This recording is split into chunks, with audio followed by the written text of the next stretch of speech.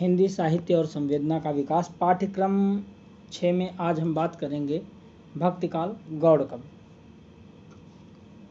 भक्तकाल के प्रमुख कवियों के विवेचन के पश्चात इस काल के अन्य सहयोगी कवियों का उल्लेख उचित होगा। जैसे एक कविता अपने में पूरी कविता प्रायः नहीं होती, अंशों में होती है, और यह अंशों की कविता फिर पूरी रचना में परिव्याप्त हो जाती है, वैसे ही लेखक के समग्र कृतित्व की स्थिति है। कुछ ही रचनाओं का वैशिष्ट्य उनके समग्र लेखन को अवलोकित करता है। अगले चरण में यह प्रक्रिया इतिहास के युग विशेष में प्रतिफलित होती दिखती है, जहाँ बहुत बार विशिष्ट रचनात्मक व्यक्तित्व को केंद्र में रख करके उसके आसपास अनेक गौड़ लेखकों का कृतित्व दीप्त हो उठता है। संत और सूफी या अष्टछाप के कवियों के व्रत इसी रूप में सृजनात्मक हुए हैं।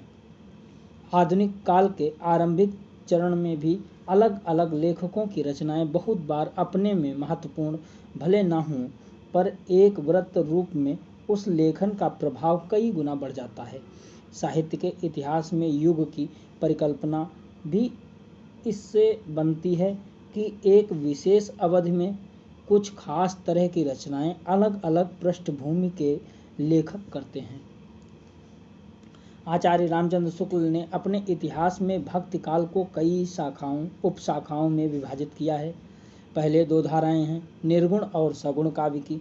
फिर निर्गुण धारा की दो शाखाएं हैं, ज्ञानाश्रयी और प्रेम मार्गी। सगुण धारा की दो शाखाएं हैं, राम भक्ति शाखा और कृष्ण भक्ति शाखा। निर्गुण धारा की ज्ञानश्रयी शाखा में संत कवि आते हैं, जिनमें केंद्रीय व्यक्तित्व कबीर का है, जिसका विस्तार में विवेचन हो चुका है। इस शाखा के फिर अन्य कवि हैं, स्वामी रामानंद, नामदेव, रैदास, गुरु नानक, धर्मदास, दादू, रज्जब, मलूकदास, सुंदरदास, चरणदास,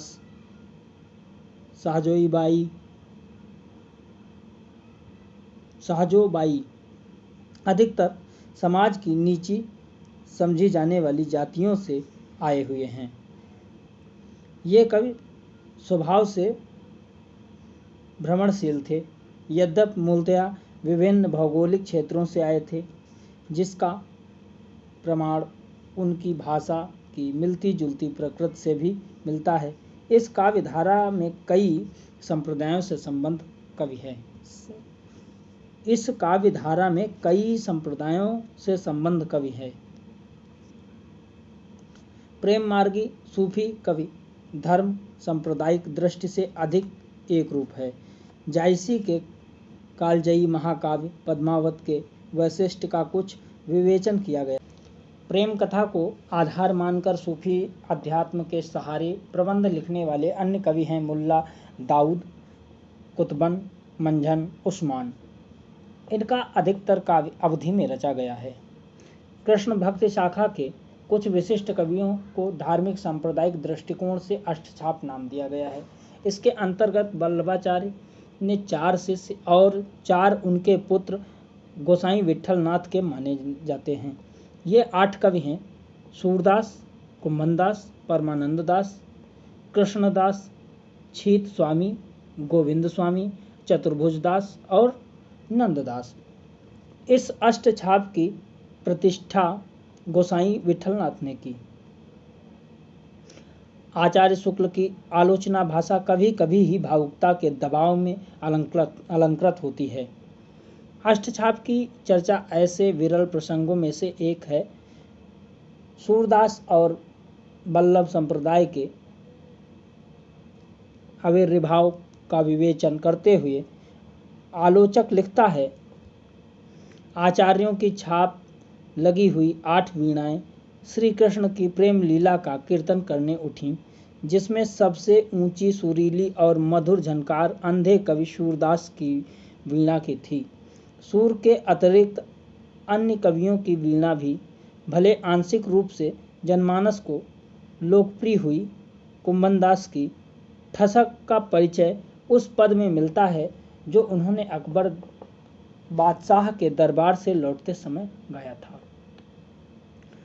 संतन को कहाँ सीकरी सो काम, आवत जात पहिनिया टूटी, बिसर गयो हरि नाम।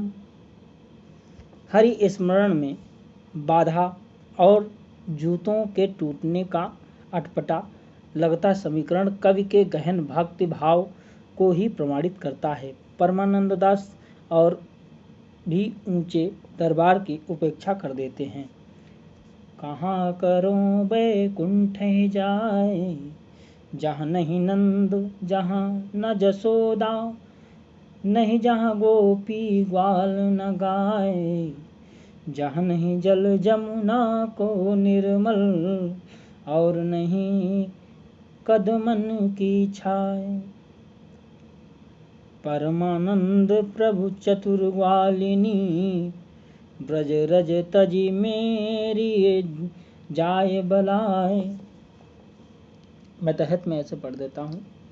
जहाँ नहीं नंद जहाँ न जसोदा, नहीं जहाँ गोपी ग्वाल न गाए, जहाँ नहीं जल जमुना को निर्मल, और नहीं कदम्बन की छाए।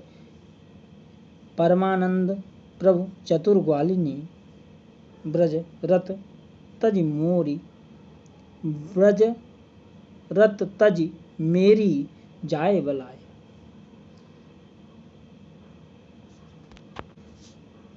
वाग वैदव्य और तन्मयता का विलक्षण संयोग कृष्ण भक्ति शाखा के कवियों में अधिक मिलता है।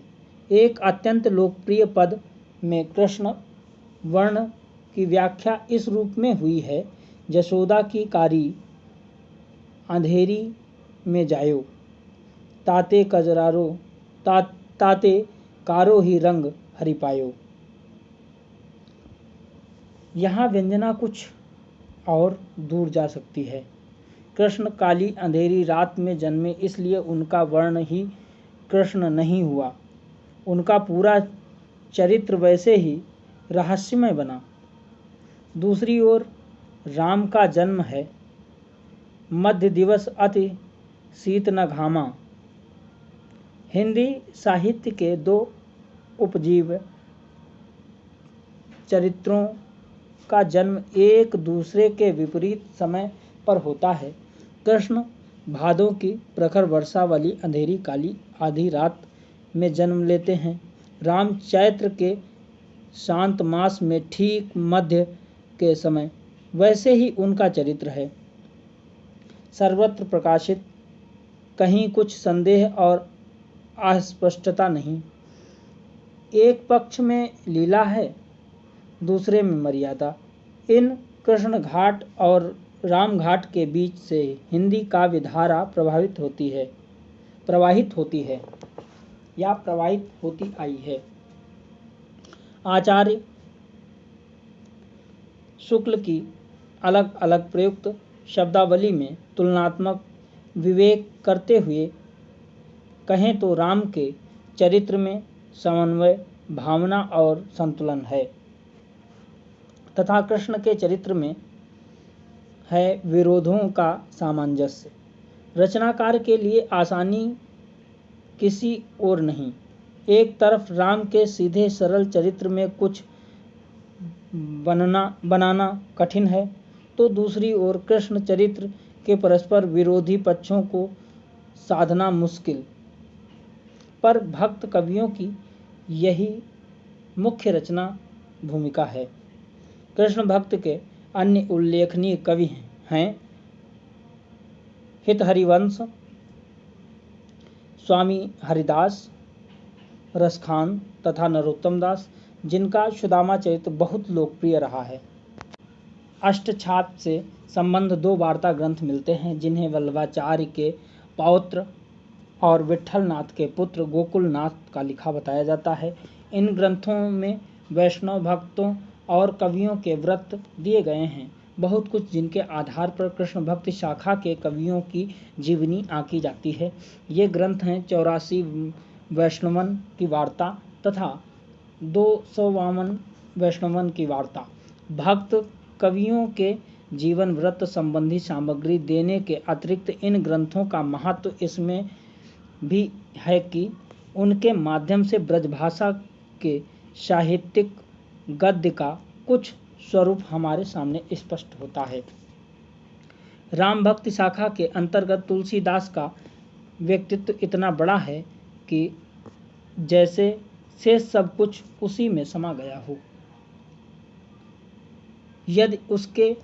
यदि उनके राम कथा वर्णन से शेष कुछ बचा हो तो इसलिए इस शाखा में फिर गौड़ कवियों की स्थिति नहीं रह जाती। यों भी कृष्ण कथा में जैसे वैविध्य है और जितने उसके रंग हैं, वैसी स्थिति राम कथा की नहीं। कृष्ण कथा की टेढ़ी लीला पंक्तियां बनाना आसान तो नहीं, रुचिकर रहा है, पर राम कथा की सीधी मर्यादा पंक्ति खींचने का कठिन काम उतनी ही सफलता के साथ अकेले तुलसीदास कर सके हैं।